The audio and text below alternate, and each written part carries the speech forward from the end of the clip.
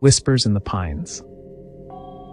In a sleepy little town nestled deep within the Pacific Northwest, Sarah found herself starting anew. She had moved from the bustle of the city, seeking solace among the towering trees and the calming sound of nature. However, the town was shrouded in mystery and tinged with an odd darkness that made the locals a bit wary. The whispered stories of the Whispering Pines echoed through the small community, leaving Sarah intrigued and a little unnerved.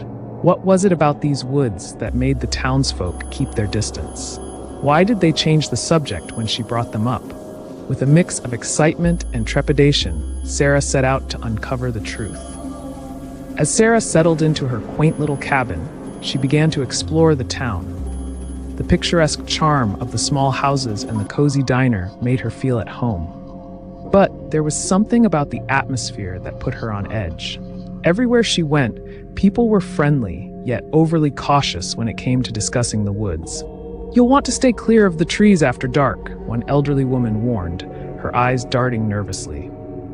Another man, a weathered old fisherman, merely shook his head when she asked about the Whispering Pines, muttering something about things best left alone. Intrigued and perhaps a little foolishly brave, Sarah couldn't help but feel a pull toward the very woods everyone seemed to fear. One crisp autumn afternoon, Sarah decided to venture out into the forest, swayed by the enchanting colors of the leaves. Armed with a backpack filled with provisions and her trusty camera, she stepped into the sanctuary of towering pines.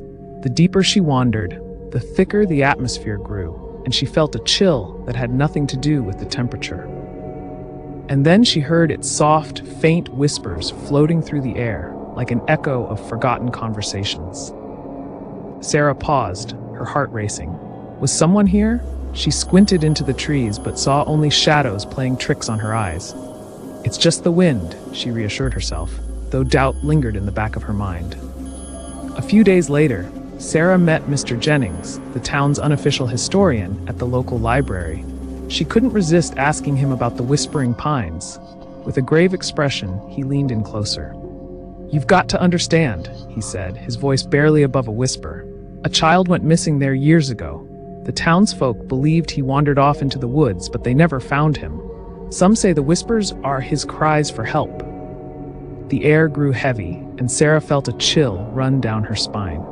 The anniversary of the disappearance was just days away, and the whispers had stopped haunting her imagination. They were now locked in her reality. This was no simple legend. It was a heart-wrenching story no one wished to remember. The more Sarah dug, the more she sensed a growing tension in the town. The whispers in the woods seemed to follow her, and she became increasingly obsessed with uncovering the truth. Every night, she dreamt of the lost child, his face distorted with fear and longing. The once warm smiles from townsfolk turned cold, and they began warning her once more to leave well enough alone. "You don't understand what you're getting into," muttered a shopkeeper, her voice shaking. But Sarah was determined. She couldn't ignore the pull of the whispers. They felt like a puzzle waiting to be solved, even if the pieces were drenched in sorrow. One evening, off into the woods she went once again, drawn by an inexplicable force. The whispers now morphed into urgent pleas, guiding her to an ancient, gnarled tree that looked like something out of a fairy tale or a nightmare. It bore the weight of many years and held secrets within its roots. Trembling, Sarah approached and noticed something half buried in the leaves, a small, old toy, a faded blue truck. Her heart raced. It belonged to the missing child.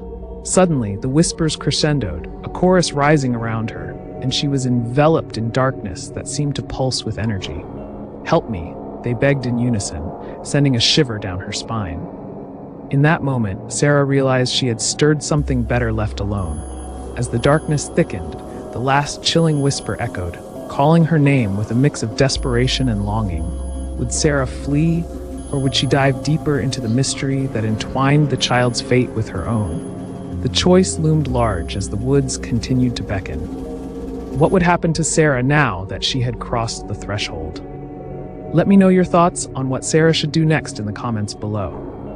Don't forget to subscribe to Ghost Story 2.0 for more chilling tales, and keep your nightlights on. You never know what lurks in the shadows.